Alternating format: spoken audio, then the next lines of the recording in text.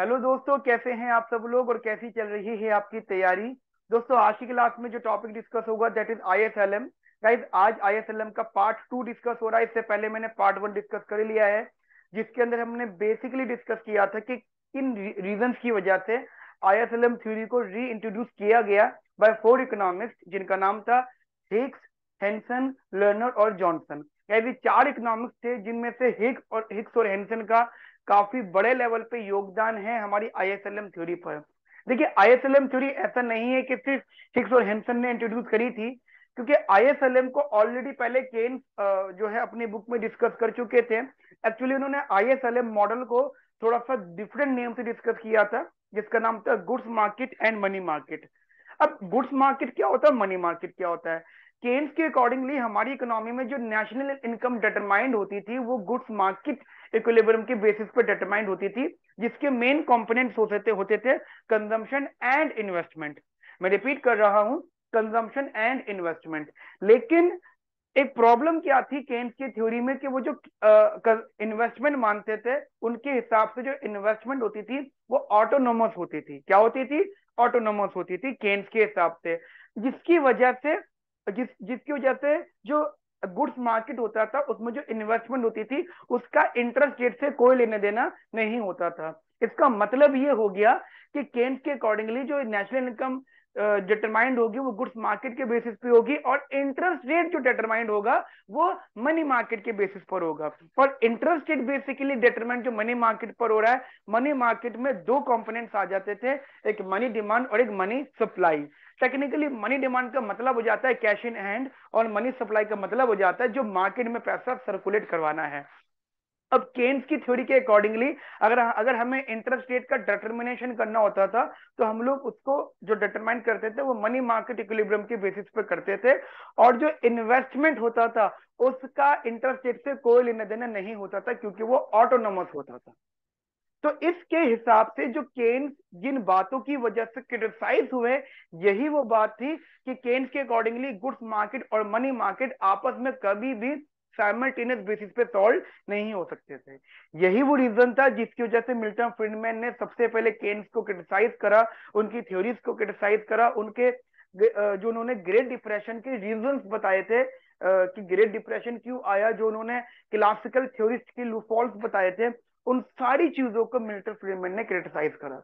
लेकिन यही वो दौर था जब economics, 4 economist, Hicks, Henson, learner और जॉनसन, ये लोग केन्स को सपोर्ट कर रहे थे। इसी वजह से इन्होंने केन्स की जो जो थ्योरीज में प्रॉब्लम थी, जो जो थ्योरी में बदलाव हो सकते थे, इंप्रूवमेंट हो सकती थी, उनको चेंज करके नए तरीके से आईएसएलएम या नए तरीके से गुड्स मार्केट और मनी मार्केट को इंट्रोड्यूस किया, जिसको हमने आईएसएलएम मॉडल के नाम से जानते हैं, और साथ साथ हम इसे नेओ केन्स थ्योरी के नाम से जानते हैं। देखो, ये जो नेओ केन्स थ्योरी है ये बेसिकली प्योर केन्स नहीं है, केन्स की थ्योरी में थोड़ा बहुत इंप्रूवमेंट है, राइट। तो आज जो हमारा टॉपिक डिस्कस होगा दैट इज आईएसएलएम मॉडल में जो हम टॉपिक डिस्कस करेंगे वो डिस्कस होगा गुड्स मार्केट। अब गुड्स मार्केट इक्विलिब्रियम को समझने से पहले हमें आईएसएलएम मॉडल में जो जो अजम्पशन फॉलो करनी है वो समझनी पड़ेंगी। देखिए, ISLM theory no doubt neo Keynesian theory का पार्ट है। नियो केनियन थ्योरी में बार बार इन वर्ड्स पे इसलिए जो है फोर्स दे रहा हूं, क्योंकि एग्जाम में ये टॉपिक करके भी आ सकता है। मान लीजिए आपको एग्जाम दे रहे हैं या आपके सिलेबस में है, तो ये जरूरी नहीं है कि आपको हेडिंग पे आईएसएलएम मॉडल लिखा हुआ हो, नियो केनियन थ्योरी के नाम से भी लिखा हुआ होगा, या कहीं ना कहीं पर आपकी गुड्स मार्केट इक्विलिब्रियम या मनी मार्केट इक्विलिब्रियम भी हो सकता है। अब बात आ जाती है कि इसकी अजम्पशन क्या होगी, तो हमारी बेसिकली 3 अजम्पशन है मेन लेवल पे। अजम्पशन और भी बहुत सारी हैं, लेकिन जो मेन लेवल पे अजम्पशन और जिसकी एग्जाम में जरूरत है वो 3 है। That is demand create its own supply. देखो, आप पढ़ रहे हो न्यू केनियन थ्योरी या केन्स थ्योरी की बात, अगर आप क्लासिकल की थ्योरी को अगर आपको मालूम हो, तो क्लासिकल की थ्योरी क्या थी? Supply creates its own demand. उनकी अजम्पशन क्या थी? Supply creates its own demand. और लेकिन आईएसएलएम थ्योरी में जो न्यू केनियन थ्योरी है उसकी अजम्पशन क्या है? Demand creates its own supply. जो डिमांड है वो अपनी सप्लाई खुद ही क्रिएट बेसिकली करे लेगा। दूसरा, केन्स की थ्योरी के अकॉर्डिंगली केन्स का सबसे बड़ा जो योगदान है हमारी पूरी मैक्रो इकोनॉमिक्स में वो है consumption function. Consumption function generally that is C is equal to C bar plus का स्मॉल सी वाई। ध्यान रखना, ये बहुत बड़ा इन्वेंशन है हमारी मैक्रो इकोनॉमिक्स में। इसी के बेसिस पे उन्होंने ये प्रूव कर दिया था कि जो कंजम्पशन है वो इनकम पे डिपेंड करती है, ठीक है। एंड आफ्टर दैट उन्होंने साथ साथ यही बताया कि consumption is a function of income and savings is also the function of income. यानी जो जो भी कंज्यूमर, जो भी लोग सेविंग्स करते हैं, कंजम्पशन करते हैं, वो उनकी इनकम का फंक्शन होता है। साथ साथ और जो इंटरेस्टिंग पॉइंट था वो था investment demand has two component, यानी जैसे investment demand has two component, one is autonomous, और ध्यान रखना जो दूसरा जोड़ा था दैट इज बी आई। अब यहाँ पे समझना, जब इन्वेस्टमेंट जनरली बी आई का फंक्शन बन जाएगा, जब इन्वेस्टमेंट बी आई का फंक्शन बन जाएगा, तो उसे इंड्यूस्ड इन्वेस्टमेंट का नाम देंगे हम लोग। उसे किस चीज का नाम देंगे हम लोग? Induced investment, right. Induced, induced का मतलब हो जाता है कि जो इन्वेस्टमेंट है वो इंटरेस्ट रेट का फंक्शन होगा। यही वो चेंज है जो प्योर केन्स थ्योरी में नहीं था। प्योर केन्स थ्योरी में ध्यान रखना, प्योर केन्स थ्योरी में जो हमारा इन्वेस्टमेंट फंक्शन होता था वो ऑटोनोमस होता था। जो हमारे इन्वेस्टमेंट फंक्शन होता था वो ऑटोनोमस होता था। वहां पे बी जो होता था, बी क्या है यहाँ पे? बी है रिस्पॉन्सिवनेस ऑफ इंटरेस्ट रेट, ठीक है। इंटरेस्ट रेट अगर 1% से वेरी कर रहा है तो इन्वेस्टमेंट में कितना बदलाव आना चाहिए, ये है हमारा बी। तो केन्स की थ्योरी में बी वाला पोर्शन था ही नहीं। केन्स की थ्योरी में आई इक्वल्स टू आई बार था। तो अब न्यू केनेडियन थ्योरी में ये सबसे बड़ी अजम्पशन थी जिनके बेसिस पे पूरी की पूरी थ्योरी बदल गई। टेक्निकली जो जे आर हिग्स यानी हिग्स और हेंसन थे, उन्होंने एक आर्टिकल लिखा था जिस आर्टिकल का नाम था, मैं आपको बता देता हूँ, ये कभी कभी एग्जाम में आ जाता है कि what's the name of article, या फिर आर्टिकल का नाम लिखा होगा कि किसी इकोनॉमिस्ट ने बताया। तो आर्टिकल का नाम था मिस्टर केन्स एंड इलास्टिक। तो ये आर्टिकल का नाम था। अब इनके थ्योरी के अकॉर्डिंगली क्या बात थी, ये कह रहे थे कि मान लीजिए हमारी इकोनॉमी में, इन हमारी इकोनॉमी के अंदर गुड्स मार्केट में इनकम चेंज हो रही है, किसी भी रीजन से इनकम में बदलाव आ रहा है। तो इनका मानना यह था कि जो इनकम है वो हमारी मनी डिमांड का फंक्शन है, क्योंकि मनी डिमांड में ट्रांसैक्शनल डिमांड होता है। Money demand basically cash in hand, ठीक है गाइस। ये सारी बातें हम लोग करेंगे आगे। मैं जो पढ़ाने वाला हूँ पहले से आपको थोड़ी सी कहानी के तौर पे बता रहा हूँ, तो आपकी शायद आगे की अंडरस्टैंडिंग सही से समझ बैठ जाएगी। तो मनी डिमांड बेसिकली दो चीजों का फंक्शन होता है, ट्रांसैक्शनल डिमांड और स्पेकुलेटिव डिमांड, राइट। मैं रिपीट कर रहा हूँ, मनी डिमांड हमारा दो चीजों का फंक्शन होता है, एक ट्रांसैक्शनल डिमांड और एक हमारा स्पेकुलेटिव डिमांड। तो जो ट्रांसैक्शनल डिमांड होता है वो इनकम का फंक्शन होता है। तो यहाँ पे हिक्स और हेंसन ने ये बोला कि भाई एक बात बताओ, जनरल उन्होंने केन्स की बात को जो इंप्रूव करा उसमें उन्होंने जो है बताया कि अगर हमारी इकोनॉमी में किसी भी रीजन से गुड्स मार्केट में नेशनल इनकम या इनकम अफेक्ट होती है तो उसका इंपैक्ट सीधे सीधा पड़ेगा मनी मार्केट में, मनी डिमांड पे, ट्रांसैक्शनल डिमांड अफेक्ट होगी। मान लीजिए हमारी इनकम बढ़ती है, हमारी इनकम बढ़ती है तो ट्रांसैक्शनल डिमांड चेंज होगी या वो बढ़ेगी, जिसकी वजह से इंटरेस्ट रेट में बदलाव आएगा, क्योंकि मनी मार्केट इक्विलिब्रियम अफेक्ट होगा। ये बातें हम लोग आगे करेंगे जब हम लोग मनी मार्केट की डिटेल में जाएंगे, ठीक है। अभी सिर्फ ध्यान से सुनिएगा। तो मनी मार्केट में हमारा इंटरेस्ट रेट अफेक्ट होगा। ध्यान रखना, जब इकोनॉमी के अंदर इंटरेस्ट रेट अफेक्ट होता है और जब हम लोग ये मान के चल रहे हैं कि हमारा इंटरेस्ट रेट इन्वेस्टमेंट का फंक्शन है, तो इंटरेस्ट रेट चेंज हुआ जिसकी वजह से हमारी इकोनॉमी में इन्वेस्टमेंट की डिमांड चेंज हो गई, इन्वेस्टमेंट डिमांड में बदलाव आ गया। और अगर इन्वेस्टमेंट डिमांड में चेंज आएगा तो वो घूम फिर के हमारी गुड्स मार्केट इक्विलिब्रियम में अफेक्ट करेगा, और गुड्स मार्केट इक्विलिब्रियम में जैसे इन्वेस्टमेंट अफेक्ट करेगा वैसे आपका एग्रीगेट डिमांड अफेक्ट होगा, एंड जैसे ही एग्रीगेट डिमांड अफेक्ट होगा एकदम से हमारा हम इनकम एंड आउटपुट दोबारा से चेंज हो जाएगा। तो इन्होंने यानी किन्होंने, हिक्स और हिंसन ने ये समझाया कि हमारी इकोनॉमी में इनकम का और इंटरेस्ट रेट का रिलेशनशिप है, गुड्स मार्केट का मनी मार्केट का आपस में कनेक्शन है। गुड्स मार्केट मनी मार्केट मतलब इनकम चेंज होने से इंटरेस्ट इन्वेस्टमेंट चेंज होगी, बट इन्वेस्टमेंट चेंज होने से इनकम भी चेंज होगी। उन्होंने पूरा बता दिया कि साइमल्टेनियस इक्विलिब्रियम होता है।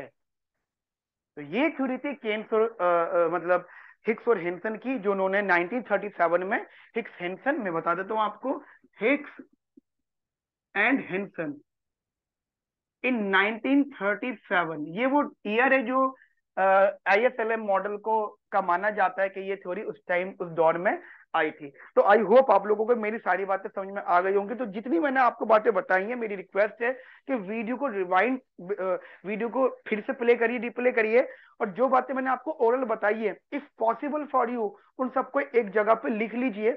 जो भी टर्म्स मैंने हमने डिस्कस करें, जैसे एग्जांपल कितने इकोनॉमिक्स थे, 4 इकोनॉमिक्स थे, हिक्स, हेंसन, लर्नर और जॉनसन। लेकिन उनमें से जो मेन इकोनॉमिक्स थे जिनका काफी बड़ा योगदान है वो हिक्स और हेंसन है, मतलब इनकी थ्योरी बोली जाती है।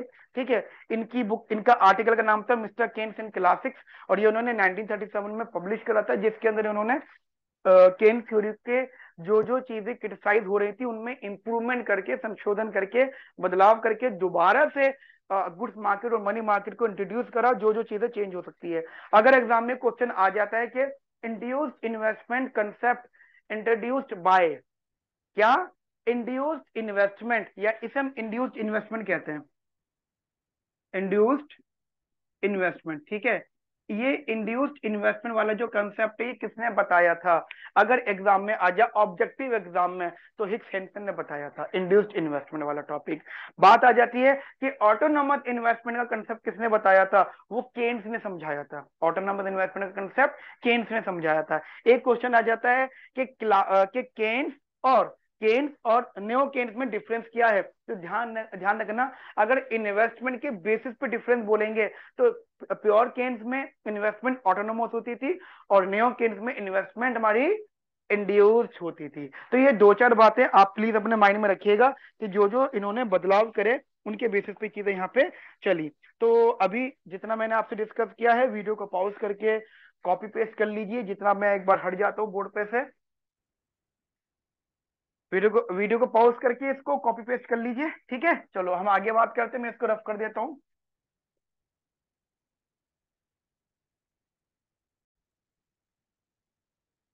ठीक है, मैं एक बार इसको पूरे को रफ कर देता हूँ। तो अभी जो हम टॉपिक कंटिन्यू कर रहे हैं that is goods market equilibrium. ठीक है, जैसे कि मैंने आपको बताया है कि इधर हमारा ISLM मॉडल है। ISLM में, एक बार मैं इसको भी हटा देता हूँ। ISLM में जो IS होता है इसे हम लोग गुड्स मार्केट बोलते हैं,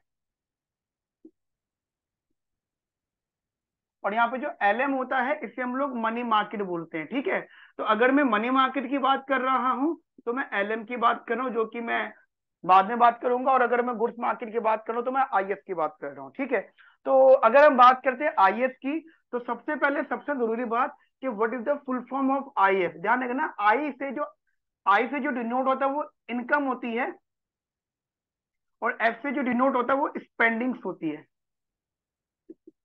ठीक है, आई से जो डिनोट होता है वो इनकम होती है, और एफ से जो डिनोट होता है वो स्पेंडिंग होती है। दिमाग में रखिएगा, आई से इनकम, एफ से इन्वेस्टमेंट। कुछ बच्चों के मन में आ रहा होगा सर आई से इन्वेस्टमेंट भी हो सकता है। हाँ, अगर आप आई से इन्वेस्टमेंट बोल रहे हो तो फिर एफ से सेविंग्स बोलना। मैं रिपीट कर रहा हूं, अगर आप आई से इन्वेस्टमेंट बोल रहे हो तो आप एफ से सेविंग्स बोलना। तो मैं आपको शॉर्ट में बता देता हूं कि जो शॉर्ट रन में इन्वेस्टमेंट सेविंग्स होता है उसका समेशन कर लोगे तो लॉन्ग रन में इन्वेस्टमेंट इनकम में कन्वर्ट हो जाएगी, और आपकी सेविंग स्पेंडिंग में कन्वर्ट हो जाएगी। क्लियर? वो एक अलग टॉपिक है कि how it is relate to the investment and the savings, right. लेकिन जो हम स्टडी कर रहे हैं वहां पे आई जो है वो इनकम को डिनोट कर रहा है, एफ जो है स्पेंडिंग को डिनोट कर रहा है। अब देखिए यहाँ पे जो स्पेंडिंग है, बेसिकली यहाँ पे जो स्पेंडिंग है उसका मतलब क्या है? That is aggregate expenditure, aggregate expenditure. ठीक है, उसका मतलब है एग्रीगेट एक्सपेंडिचर। ठीक है, एग्रीगेट एक्सपेंडिचर। अब बात आती है sir what about aggregate expenditure. तो जो एग्रीगेट एक्सपेंडिचर होता है अकॉर्डिंग टू केन्स, ध्यान रखना हम केन्स की बात कर रहे हैं, लेकिन क्योंकि ये आपका नियो केन्स है, तो हम लोग बेसिकली केन्स की बात कर रहे हैं। जहां पे बदलाव आएगा वहीं से ये नियो केन्स बन जाएगा। ठीक है, तो उनके accordingly basically aggregate expenditure is a function of what? Consumption, consumption plus investment. ठीक है, यहाँ पे बदलाव आ जाएगा। अगर आप प्योर केन्स की बात कर रहे हैं तो it become C plus I बार। मैं रिपीट कर रहा हूं, अगर आप यहाँ पे प्योर केन्स की बात कर रहे हैं it become C plus I बार, लेकिन अगर यहाँ पे न्यो केन्स की बात कर रहे हैं it become C plus I bar minus का बी आई। तो हम ऑब्वियसली बात है न्यो केन्स की बात कर रहे हैं तो it becomes consumption plus investment, मतलब बार नहीं आएगा इसके ऊपर।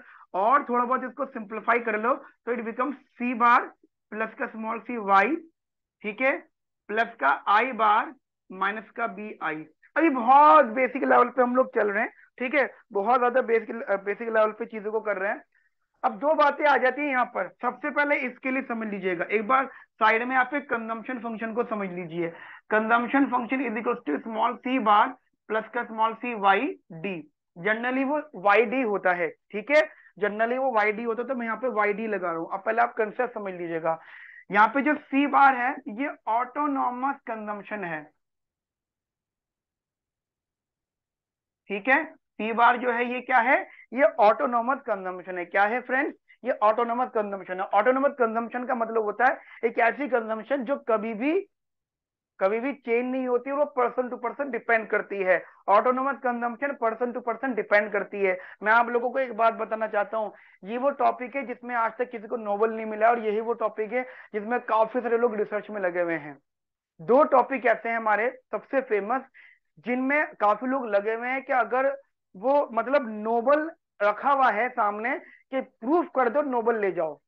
नोबल पता नहीं क्या होता है, ये किसी भी सब्जेक्ट में कोई न्यू इन्वेंशन जिससे समाज का फायदा हो या जिससे कुछ अच्छी बातें हो, उसे बेसिकली नोबल मिल जाता है उन उन टॉपिक्स पे, सब्जेक्ट में। तो इकोनॉमिक्स में ध्यान रखना, ऑटोनोमस कंजम्पशन पे किसी को नोबेल नहीं मिला हुआ है और काफी लोग इसको सॉल्व करना चाहते हैं। अब एक छोटा सा एग्जांपल सुनिएगा ऑटोनोमस कंजम्पशन का मतलब। If I earn nothing, if it put y equals to zero, अगर मैं यहाँ पे इनकम को जीरो रख दूंगा तो मेरी जो कंजम्पशन होगी वो ऑटोनोमस कंजम्पशन होगी। क्या होगी मेरी, वो ऑटोनोमस कंजम्पशन जीरो। मतलब अगर एक फैमिली के अंदर 10 लोग रहते हैं जिसमें 3 बच्चे हैं, तो वो बच्चे काम नहीं करते, उनकी इनकम जीरो है, तो लेकिन वो कंजम्पशन कुछ ना कुछ करते हैं, तो उनकी जो कंजम्पशन है वो ऑटोनोमस है। एक बात। दूसरी बात, क्या उन सबकी कंजम्पशन सेम होगी? नहीं, कहीं ना कहीं उनकी ऑटोनोमस कंजम्पशन वेरी करेगी। तो ध्यान रखना, ऑटोनोमस कंजम्पशन हमेशा पर्सन टू पर्सन वेरी करती है। क्योंकि अगर अगर हिंदुस्तान में 130 करोड़ लोग हैं तो हर आदमी की, हर पर्सन की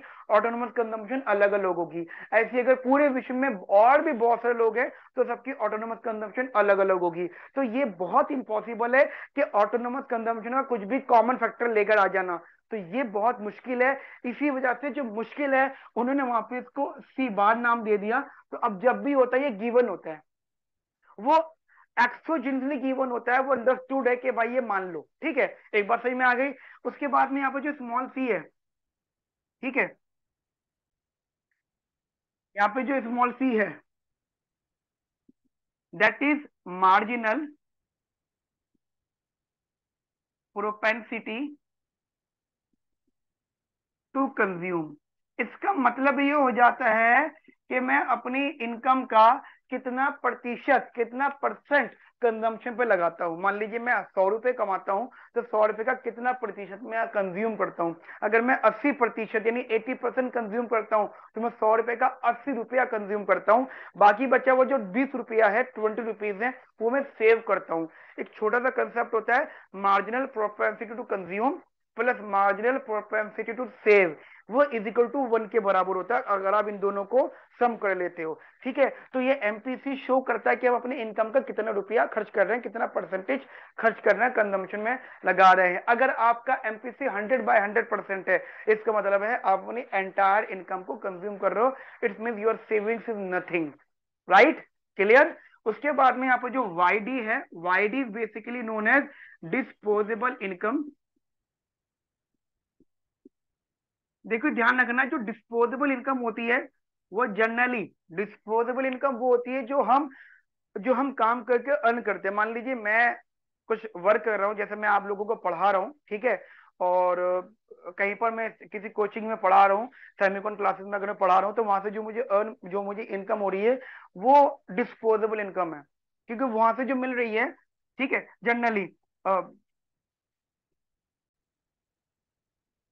क्योंकि क्योंकि जो मुझे वहां से मिल रही है वो सब कुछ टैक्स वगैरह कट कटा के मिल रही है। ध्यान रखना, ध्यान रखना, हम जो अपनी कंजम्पशन में लगाते अपनी मेन इनकम नहीं लगाते, हम आफ्टर ऑल डिडक्शंस और ऑल समेशंस करने के बाद लगाते हैं। ठीक है, तो अगर मुझे वहां से एक्स रुपीज मिल रहा है, इसका मतलब सब कुछ कट कटा के मिल रहा है, एवरीथिंग डिडक्ट होके मिल रही है एक्सेप्ट इनकम टैक्स जो कि डायरेक्टली मैं पे करूंगा। ठीक है, उसको हटा के तो जो डिस्पोजेबल इनकम होती है, मेरी टोटल इनकम जो मैंने एक्चुअल में अर्न करी थी, ठीक है, मेरी टोटल इनकम जो मैंने एक्चुअल में अर्न करी थी, माइनस का टैक्स प्लस का ट्रांसफर्स। ठीक है, मेरी एक्चुअल इनकम जो मैंने अर्न करी है प्रैक्टिकली, उसमें से जितना टैक्स मैं पे कर रहा हूँ, इनडायरेक्ट टैक्स जो टीडीएस वगैरह कट जाता है अगर आपको पता हो, और जो मुझे ट्रांसफर्स मिल रहा है, कोई अगर बेनिफिट मुझे अगर मिल रहा है तो वो ऐड हो जाएगा। ठीक है, तो ये बेसिकली डिस्पोजेबल इनकम का फंक्शन है। जनरली हम लोग यहाँ पे जो टैक्स को मानते हैं वो मानते हैं यहाँ पे y माइनस का टी, वाई प्लस का आर। ठीक है, जिनमें से ये कांस्टेंट होता है, आर यहाँ पे कांस्टेंट होता है, आर बार होता है, जो कि सपोर्ट होता है बाय द गवर्नमेंट और बाय द अदर पर्सन। तो वो उन पे डिपेंड करता है, हम पे डिपेंड नहीं करता। हमें कोई कितना भी दे रहा होगा हम उसको रिसीव कर लेंगे। और यहाँ पे जो ये है T Y, this is the tax. यहाँ पे जो स्मॉल टी रखा है, that is proportional tax, that is proportional tax. Clear? That is proportional tax. It mean what, if I earn 100 rupees, then उसका कितना परसेंट टैक्स मैं पे कर रहा हूँ। ठीक है, वो टैक्स जो लाई करेगा, ये जो टी की वैल्यू होगी, ये बेसिकली 0 to 1 में लाई करेगी। क्लियर? इतनी मेरी बात आपको समझ में आ गई? तो ये हमारा कंजम्पशन फंक्शन है, जिसको केन्स ने समझाया और बहुत बड़ी इन्वेंशन ये मानी गई। और मैं आप लोगों के बात बताना चाहता हूं कि इकोनोमेट्रिक्स में सबसे पहला अगर इक्वेशन यूज किया गया है तो वो कंजम्पशन फंक्शन यूज किया गया है। इकोनोमेट्रिक्स में जो सबसे पहला फंक्शन यूज किया गया तो वो कंजम्पशन फंक्शन यूज किया गया है। तो काफी बड़ी इंपॉर्टेंस है इसकी। इसके बारे में अभी हम साथ साथ डिस्कस करेंगे। अभी डिस्कस करेंगे, जैसे मैंने आपको यहाँ पे सी वाई डी सी बता दिया, तो एक इसकी इंफॉर्मेशन हो गई। यहां तक की मेरी बात आपको समझ में आती है? तो पहला आप इसको प्लीज नोट कर लीजिए। ठीक है, वो थोड़ा सा जूम इन जूम आउट हो रहा था तो मैंने ठीक कर दिया है इसमें। आप प्लीज इसको एक बार कॉपी पेस्ट कर लीजिए, मैं हट जाता हूँ। वीडियो पॉज करके आप प्लीज इसको लिख लीजिएगा। ठीक है, मैं इसको रफ कर रहा हूँ। अब ये जो पोर्शन है, मैं इस या एक काम करता हूँ, इस वाले एरिया को रफ कर रहा हूँ, इसको दोबारा मैं लिख दूंगा। ओके, देन मैं यहाँ पे कंजम्पशन फंक्शन बना रहा हूँ, इधर जरा ध्यान से देखिएगा। That is consumption function. ठीक है, this is my consumption, this is my output. ठीक है, this is my consumption, this is my income या आउटपुट। अब ध्यान से समझिएगा, if I earn nothing, if my Y D equals to zero, any case if I basically कि सबको calculation करके जीरो आ गया, तो हमारी जो कंजम्पशन होगी वो ऑटोनोमस के बराबर होगी। इसका मतलब अगर मेरी इनकम जीरो हुई तो मैं फिर भी कुछ ना कुछ कंज्यूम करूंगा, और अगर मेरी इनकम बढ़ेगी तो मेरी कंजम्पशन भी बढ़ेगी। इसका मतलब there is a positive relationship. Clear? There is a positive relationship, there is a positive relationship. Got it? इतनी मेरी बात आपको समझ में आ गई? ठीक है, अब मैं एक छोटा सा बदलाव कर रहा हूं। इस वाई डी की वैल्यू को मैं यहां पुट कर रहा हूं। ठीक है, इस वाई डी की वैल्यू को मैं यहां रख रहा हूं। मैं रिपीट कर रहा हूं, इस वाई डी की वैल्यू को मैं यहां रख रहा हूं। तो मैं सारा रफ करके सिर्फ इसकी इक्वेशन को मैं यहां पुट कर रहा हूं। आई होप आप लोगों ने नोट कर लिया होगा। नहीं कराया तो वीडियो को पॉज करके नोट कर लीजिए। ठीक है, तो मैं सारा रफ करके इस इक्वेशन को यहां पुट कर रहा हूं। तो C is equals to C bar small C Y minus का टी वाई प्लस का आर बार। तो C is equal to C bar plus का सी वाई माइनस का सी टी वाई प्लस का C R bar. C is equal to C bar plus का C R bar plus का small C Y, या फिर आप Y और common ले लो। ठीक है, तो अगर आपने वाई कॉमन ले लिया, it become C one minus का टी। ठीक है, वाई आपने बाहर कॉमन लिया, फिर सी और कॉमन लिया, तो it basically becomes one minus का टी। What it? तो अब अगर आपसे कोई पूछे what is the slope of consumption function, तो क्या होगा वो, मैं देखिए अगर आपका थोड़ा बहुत मैथमेटिक्स स्ट्रांग है तो मैं बता रहा हूँ यहाँ पे, अगर 1% अगर आपको ये बात नहीं समझ में आती कि सर स्लोप कैसे निकाला है, तो मुझे इस वीडियो के कमेंट बॉक्स में बताइएगा कि आपको स्लोप निकालना नहीं आता, तो मैं आपको मैथमेटिकली कुछ मिनट्स की वीडियो अपलोड कर दूंगा जिसमें स्लोप निकालना सिखाऊंगा, ठीक है, क्योंकि स्लोप आपका आगे चल के बहुत इंपॉर्टेंट है, बहुत जगहों पे स्लोप निकालने के लिए पूछा जाएगा। क्लियर? चलिए, so this is basically DC by D Y. देखिए ये जीरो इसका 1 हो जाएगा, तो स्लोप इज बेसिकली सी 1 - का टी, ठीक है, तो इट इज बेसिकली सी 1 - का टी, सी इंटू 1 - का टी, सी इंटू 1 - का टी। तो अगर मुझसे कोई पूछे व्हाट इज द स्लोप, तो इसका जो स्लोप होगा वो होगा बेसिकली सी 1 - का टी। क्लियर?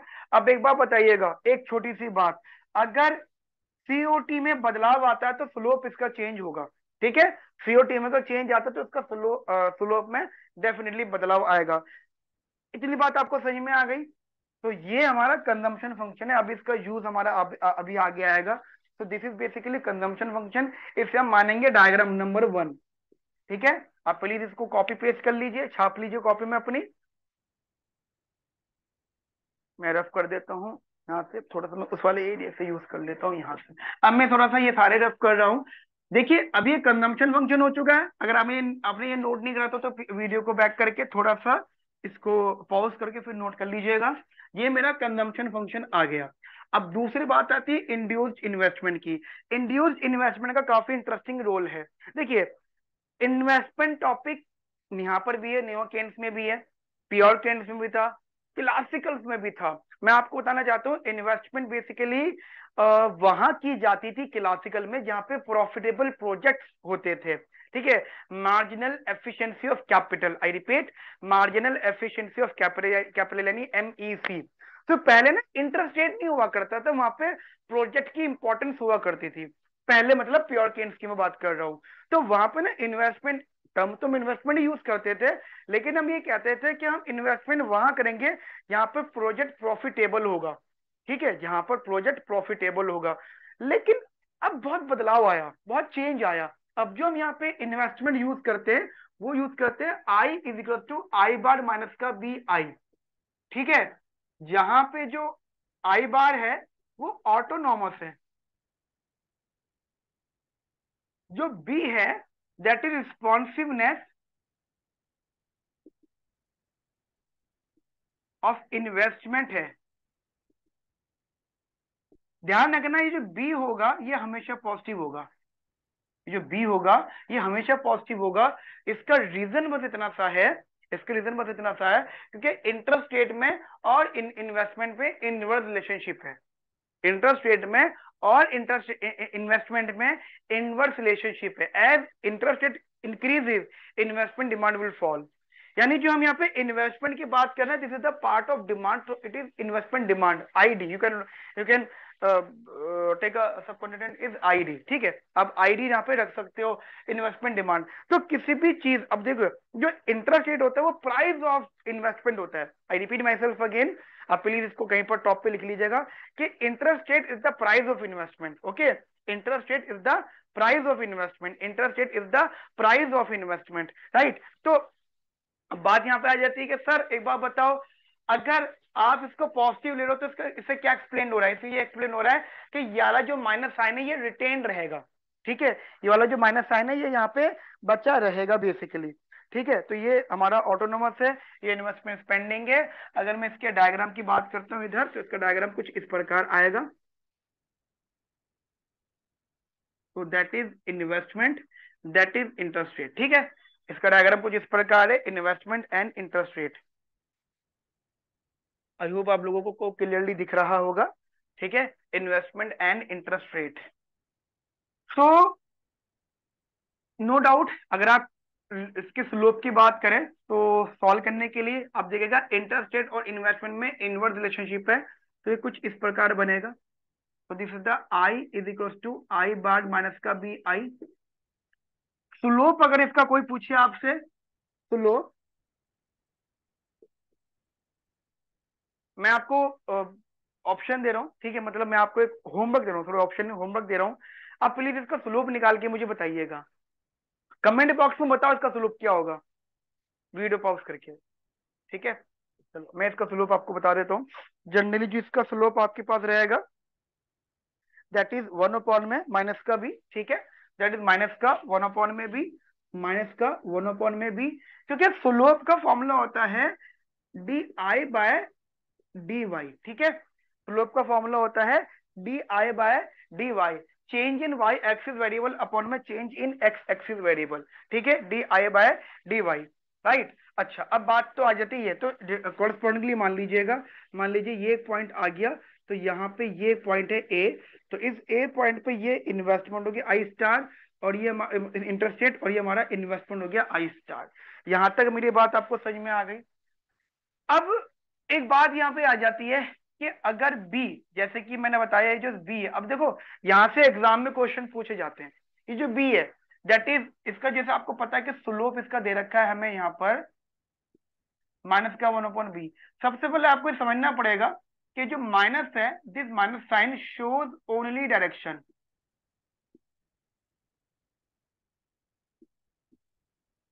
क्योंकि ये इनवर्सली रिलेटेड है। तो ये जो माइनस साइन है ये सिर्फ और सिर्फ आपको डायरेक्शन शो कर रहा है और कुछ शो नहीं कर रहा।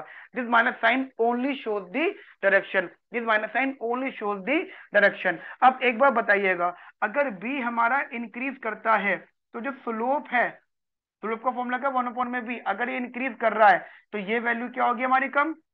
आप सोचिए जरा जरा ध्यान से, अगर बी की वैल्यू बढ़ रही है और ये जो माइनस साइन है, माइनस साइन है, इसको प्लीज कंसिडर मत करना, ये सिर्फ शो करे डायरेक्शन। मतलब टेक्निकली आप स्लोप को यहाँ पे मॉड में ले लो पहले तो। ठीक है जी। अब अगर बी बढ़ता है, बी अगर राइज करता है, इंक्रीज करता है, तो आपका जो स्लोप है वो बेसिकली क्या होगा, कम। और जब भी आपका स्लोप बेसिकली कम होगा, जब भी आपका स्लोप बेसिकली कम होगा, तो आपका जो इन्वेस्टमेंट फंक्शन है या इन्वेस्टमेंट कर्व है वो आपका कैसा होने लग जाएगा, गेट्स फ्लैटर। देखिए इन्वेस्टमेंट फ्लैटर होने लग जाएगा। इन्वेस्टमेंट का फ्लैटर होने का मतलब हो जाता है कि इन्वेस्टमेंट में ज्यादा चेंज आएगा और इंटरेस्ट रेट में कम चेंज आएगा। इसका मतलब हो जाता है अगर बी ज्यादा है, इसका मतलब change in interest rate is less than change in investment. इतनी सारी बातों को दिमाग में रखिएगा, ठीक है। समझ में आई मेरी बात आपके। आसान भाषा में बात करूं तो change in interest rate is very less than change in investment. ठीक है, वहीं अगर बी आपका इधर कम होने लग जाएगा, डिक्लाइन होने लग जाएगा, तो स्लोप आपका बढ़ने लग जाएगा, which implies that investment curve gets steeper. मुझे ये पता है, मुझे ऐसा लगता है कि आपको फ्लैटर स्टीपर का मतलब पता है। देखिए फ्लैटर का मतलब हो जाता है ये इंटरेस्ट रेट है और ये इन्वेस्टमेंट है। मान लीजिए आपका डायग्राम ये ऐसा बना हुआ था, ठीक है, तो अगर ये फ्लैटर होगा तो डायग्राम ऐसा बन जाएगा, ठीक है। और अगर स्टीपर है तो आपका डायग्राम ऐसा बन जाएगा। तो फर्क देखिए, ये जर्नल है, ये फ्लैटर है और ये स्टीपर है, ठीक है। ये जर्नल है, ये फ्लैटर है और ये स्टीपर है। यहाँ तक मेरी बात आपको समझ में आ गई। तो ये बेसिकली इन्वेस्टमेंट के कंसेप्ट से जो आपको अच्छे से शायद समझ में आ गई होंगी। आई होप आपको ये सारी बातें अच्छे से क्लियरली समझ में आ गई होगी। तो प्लीज इसको छाप लीजिए कॉपी में, ठीक है। बहुत सारी बातें, इंपॉर्टेंट बातें, प्लीज कॉपी पेस्ट कर लीजिए वीडियो को पॉज करके, ठीक है। मैं बोर्ड रफ कर देता हूँ।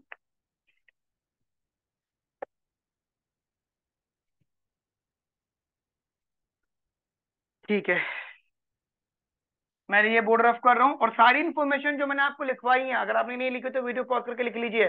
फिर मैं अब इन इक्वेशंस को यूज करूंगा। अब देखिए हमने कंजम्पशन फंक्शन की बात कर ली और इन्वेस्टमेंट फंक्शन की भी बात कर ली। अगर मैं इन दोनों इक्वेशंस को कंबाइन कर दूं, बेसिकली कंबाइंड, और ये जो मैंने इन्वेस्टमेंट फंक्शन बनाया था, इन्वेस्टमेंट का कर्व बनाया था, इसे आप बोलना डायग्राम नंबर 2। ठीक है। और अब मैं क्या करूंगा, डायग्राम नंबर 1 जो कंजम्पशन फंक्शन का था और डायग्राम नंबर 2 जो इन्वेस्टमेंट फंक्शन का, दोनों को मैं कंबाइन कर दूंगा। थोड़ा ध्यान से देखिएगा चीजों को यहाँ पर। दैट इज नाउ, अब जो गुड्स मार्केट की बात आ जाती है, गुड्स मार्केट इक्विलिब्रियम, तो वो हो जाता है आउटपुट या y is equal to aggregate expenditure के बराबर होता है। और वो किसके बराबर होता है, that is consumption plus investment. ठीक है, एग्रीगेट इनकम हमारा या एग्रीगेट डिमांड इसके बेसिकली बराबर हो जाता है। या आप अभी एक काम करो, आप अभी इक्विलिब्रियम ना करके सिर्फ गुड्स मार्केट की बात करो। तो what about the goods market, goods market is only aggregate expenditure is equals to consumption plus का इन्वेस्टमेंट। अब जो आपने पहला कंजम्पशन फंक्शन और इन्वेस्टमेंट फंक्शन बनाया था, अब दोनों को हम कंबाइन कर रहे हैं। ठीक है, तो इसकी जगह हम लिख रहे हैं सी प्लस का स्मॉल सी, या सी प्लस का, आपने यहां से y कॉमन ले लिया, सी वन माइनस का टी, ठीक है, प्लस का आई बार माइनस का बी आई। अब इसको और भी तरीके से लिख सकते हैं, ठीक है, जैसा आपका मन करे। अब इसको और भी वैरायटीज में लिख सकते हैं। तो ये हो गया हमारा। अब एक चीज और थी डिस्पोजेबल इनकम में, एक मिनट में इसमें और ऐड कर देता हूँ। एक ये आ गया हमारा कंजम्पशन फंक्शन था ये, C is equals to C bar plus का small C Y D, C bar plus का स्मॉल सी वाई माइनस का टी वाई प्लस का आर बार, और ये हो गया सी वाई माइनस का सी टी वाई प्लस का सी आर बार। ठीक है, ठीक है, तो ये बेसिकली बन जाएगा प्लस का सी आर बार और आएगा, ठीक है, एंड प्लस का आई बार माइनस का बी आई। और थोड़ा बहुत सिंप्लीफाई कर लें तो सी बार सी आर बार और आई बार, सी बार सी आर बार प्लस आई बार एक जगह लिख लिया, प्लस का वाई सी वन माइनस का टी एक जगह लिख लिया। फिर आप इसको ऐसे लिख लो, वाई यहां ले लो, वन माइनस का टी इंटू सी, ठीक है, एंड माइनस का बी आई। तो this is the function known as aggregate expenditure. And कुछ इकोनॉमिक्स या कुछ ऑथर्स इसको एग्रीगेट डिमांड भी कहते हैं, क्योंकि जो हमारी डिमांड होती है वो स्पेंडिंग, क्योंकि जो एग्रीगेट एक्सपेंडिचर है वो स्पेंडिंग को शो कर रहा है। ठीक है, लेकिन कुछ इकोनॉमिक्स या कुछ ऑथर्स कहते हैं नहीं, जो एग्रीगेट डिमांड होता है वो बाद में निकल के आता है, इफेक्टिव डिमांड वो बाद में निकल के आता है। तो अभी हम क्या कर रहे हैं, इस एग्रीगेट एक्सपेंडिचर को एग्रीगेट डिमांड नाम देना है। ठीक है, आगे चल के फिर से आएगा तो मैं वहां पे आपको बताऊंगा कि वहां पे इसको क्या कहेंगे। ठीक है, यहां तक मेरी बात आपको समझ में आ गई। अब अगर आप जरा समझिएगा, अगर मैं यहाँ पे डायग्रामेटिकली वैल्यूज को पुट कर रहा हूं, तो ये है हमारा एग्रीगेट डिमांड, कंजम्पशन और इन्वेस्टमेंट। ये एक्स एक्सिस वाई एक्सिस पर आएगा और एक्स एक्सिस पे आएगा हमारा आउटपुट। ठीक है, हमारा एडी कंजम्पशन और इन्वेस्टमेंट आया और वाई एक्सिस पे हमारा आया आउटपुट। अब जरा सुनिएगा जनरली बात, ये हमारा आउटपुट है। If I take Y equals to zero, if I take Y equals to zero, तो aggregate demand is equals to this and this. तो एग्रीगेट डिमांड जीरो नहीं होगा। अगर हमने आउटपुट को जीरो भी कर दिया, अगर हमने कोई मान लो यहाँ पे पॉइंट ले लिया, यहाँ पे हमारा आउटपुट जीरो होगा, एक्स एक्सिस वैल्यू जीरो होगी, ठीक है, वाई जीरो हो जाएगा यहाँ पे। तो ये हमारा जो पॉइंट है ये हमारा हो जाएगा इन सबका समेशन। आसान करने के लिए मैं आपको बता देता हूँ, तीनों को या जितनी भी कांस्टेंट वैल्यू सबको ए बार मान लो। क्या मान लो, इस सबको ए बार मान लो। ए बार का मतलब ऑल ऑटोनोमस वैल्यूज, ठीक है, ऑथर्स ने माना है इनको, इनको सबको ए बार मान लो, and plus Y one minus का टी इंटू सी माइनस का बी आई। ठीक है, तो ए बार प्लस का वाई इंटू वन माइनस का टी इंटू सी माइनस का बी आई। ठीक है, इस बात को याद भी कर लेना। तो entire value is not become zero, तो ये वैल्यू बेसिकली हमारी ए बार बन गई, एंड ऑल्सो ये भी टर्म साथ में आएगा। ठीक है, एंड आफ्टर दैट अगर हमारी इनकम चेंज होती है तो ये हमारा पॉजिटिव रिलेशनशिप बनेगा। तो this is the curve that is aggregate demand, इसी कर्व की हम बात कर रहा हूं। तो ये कर्व हो गया। ठीक है, यहां तक मेरी बात आपको समझ में आ गई। अच्छा, एक हमारा होता है aggregate demand equals to Y, aggregate demand equals to Y. तो जहां पे ये कट हुआ इसे बोला जाएगा वाई स्टार। तो this is known as goods market equilibrium, या फिर आप कह सकते हो national income which is determined by goods market. देखो यहां तक की जो बात है, आप सुनिएगा, यहां तक का जो आउटपुट का डिटर्मिनेशन है, this is the Keynes theory. This is the Keynes theory. In fact अगर आप इसको भी हटा दो, देखो केन्स थ्योरी के लिए आपको इसको हटाना पड़ेगा, अब इसको हटा दो और बस केन्स थ्योरी यहाँ पे खत्म हो चुकी है, डिटर्मिनेशन ऑफ द आउटपुट, ठीक है। अब बी आई को भी हटा दो और बस केन्स थ्योरी यहाँ पे आ चुकी है इतनी। लेकिन this is not the Keynes theory, it is the neo Keynes theory which is suggested by Hicks और हेंसन, ठीक है, in the article of mister Keynes and the classics, ठीक है। तो ये हमारा आउटपुट बेसिकली आ गया। तो जनरली अगर हम बात समझें, नाउ इन द, अब हम समझ सकते हैं, now aggregate demand is the function of output and interest rate.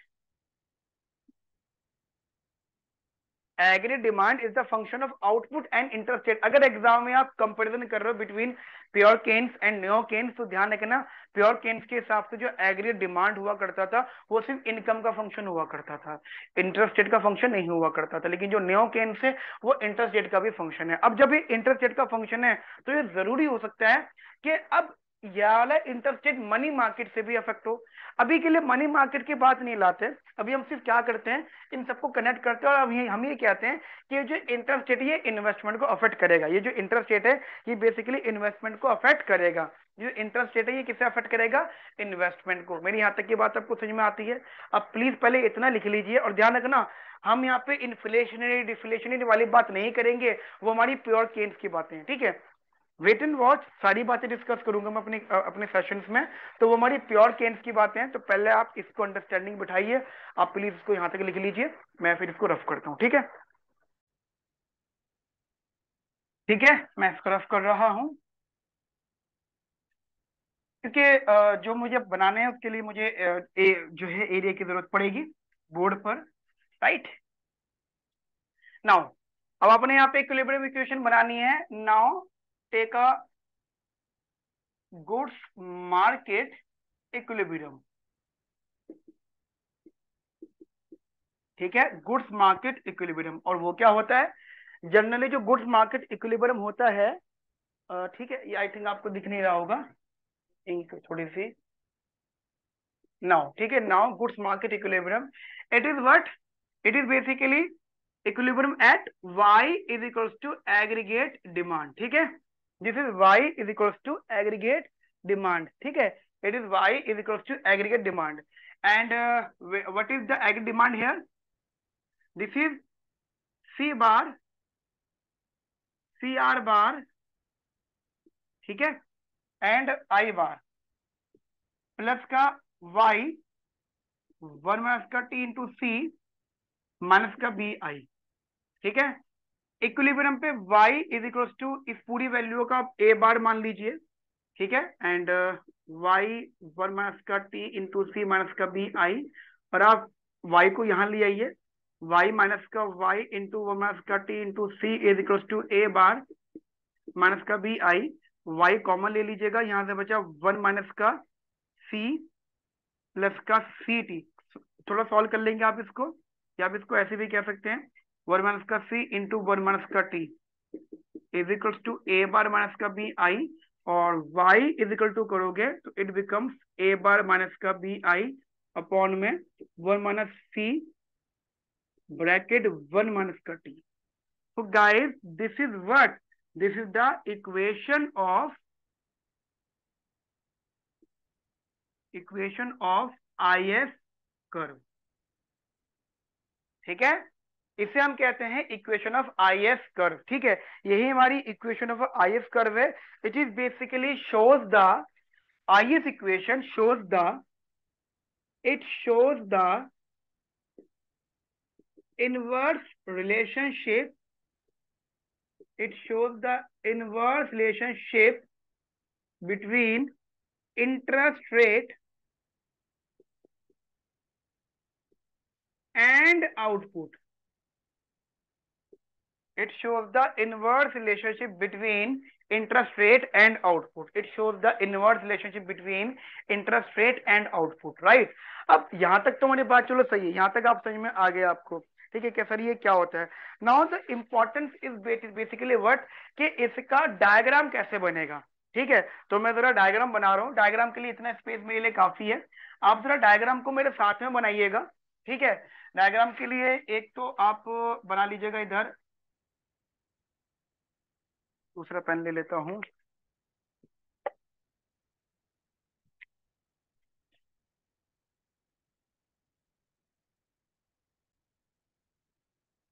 ठीक है, तो आप जरा यहाँ पे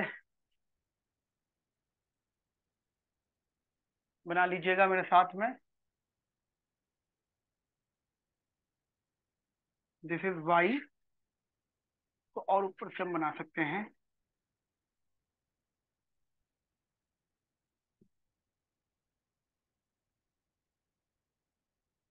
this is Y and this is aggregate demand. ठीक है, जिसका कर्व कुछ इस प्रकार था। ठीक है, ये हमारा वाई था। ठीक है, और यहाँ पे हमारा एग्रीड डिमांड बन रहा था। ठीक है, और आपको पता है एग्रीड डिमांड बेसिकली ये वैल्यू है, एग्रीड डिमांड बेसिकली ये वाली वैल्यू। ठीक है, तो अच्छा, अब इसके कॉरस्पॉन्डिंगली नीचे बना लीजिए आप मेरे साथ में।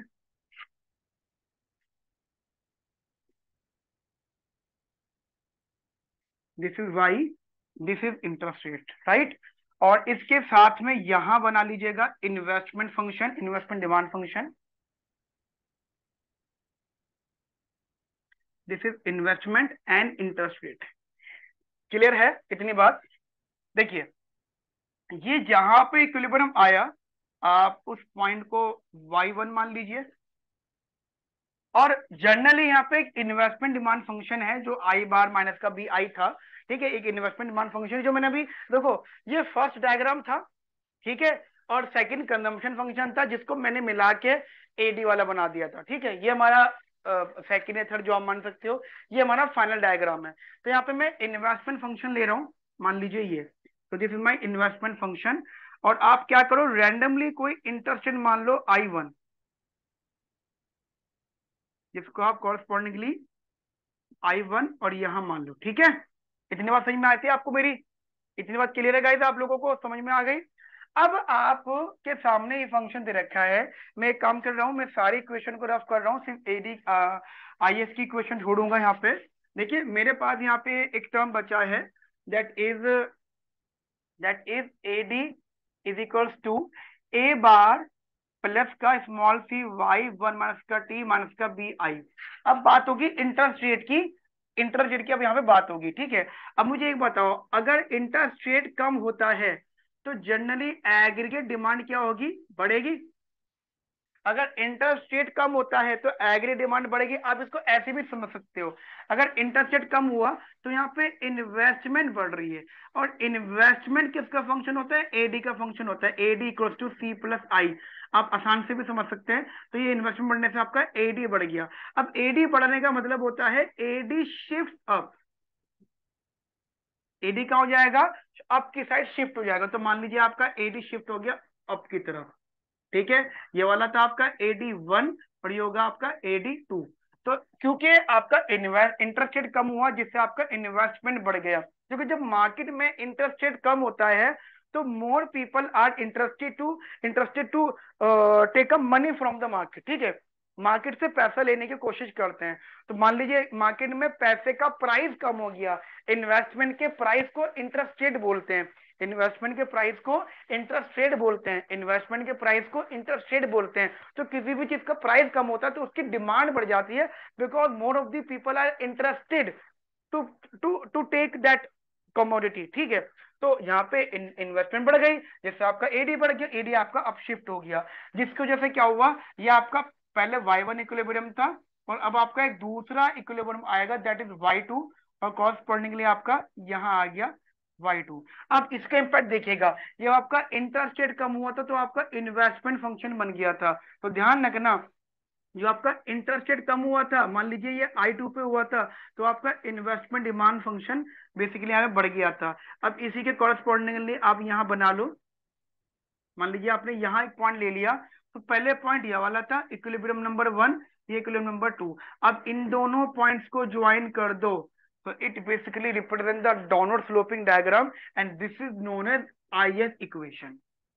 This is known as IS equation. I hope ये बात मेरी आपको समझ में आ गई होगी. This is the equation of the IS. Clear? And it is what? This is the downward sloping. Here the diagram, yeah, the curve of IS. The IS curve is basically the IS curve is downward sloping. Why? Because in a neo-Keynes theory, we conclude that we simply conclude that there is an inverse relationship between interest rate and output. If the economy reduce the interest rate, any reason, अगर economy में interest rate कम होगा तो more of the people are interested to demand more investment और more money. तो जब वो investment demand ज्यादा करेंगे तो उसका मेन रीजन होगा कि उससे इकोनॉमी में एग्रीगेट डिमांड अफेक्ट होगा, और जब एग्रीगेट डिमांड अफेक्ट होगा तो इकोनॉमी में प्रोडक्शन होगी, और जब प्रोडक्शन होगी तो वहां पे लेबर डिमांड बढ़ेगा, हर चीज की डिमांड बढ़ेगी, जिससे जिससे प्राइसेस बढ़ेंगे and end of the day consumers की या वर्कर्स की इनकम बढ़ेगी. तो जनरली यही न्यू केन्स थ्योरी है कि इनकम और इंटरेस्ट रेट का रिलेशनशिप आपस में होता है. So guys this is the story of the goods market. ठीक है, जो कि मैंने आज आपसे डिस्कस करी है. So this is the part B जो हमारी ISLM थ्योरी का है. अब हमारा पार्ट सी स्टार्ट होगा जिसके अंदर हमें IS इक्वेशन का थोड़ा बहुत डिस्कशन करेंगे स्लोप से रिलेटेड. ठीक है, और फिर हम डिस्कस करेंगे हमारा LM मार्केट. राइट, तो आप आज हमने जितना पढ़ाया उसको प्लीज अच्छे से नोट करिएगा, अच्छे से पढ़िएगा. If you have any query, if you have any doubt, please comment box में आप जरूर बताइए जो भी आपकी क्वेरी, जो भी आपका डाउट है. और ये सीरीज जो चल रही है अब प्लीज सारी सीरीज देखिएगा, क्योंकि ये आपके इकोनॉमिक्स के सारे ही एग्जाम्स में ये टॉपिक इंपॉर्टेंट है. और अगर कोई टॉपिक ऐसा है जो आपको नहीं आता है, इफ यू वांट कि सर उसकी भी वीडियो बनाई, तो उसकी भी वीडियो बनेगी. ठीक है, मिलते हैं फ्रेंड्स नेक्स्ट सेशन में. तब तक के लिए ध्यान रखिए अपना और अपनी पढ़ाई को बहुत अच्छे से करिए. और हमारा कोई भी सहयोग अगर आपकी पढ़ाई में होगा तो हमें बहुत अच्छा लगेगा. Okay friends, have a nice day. Thank you, bye, take care.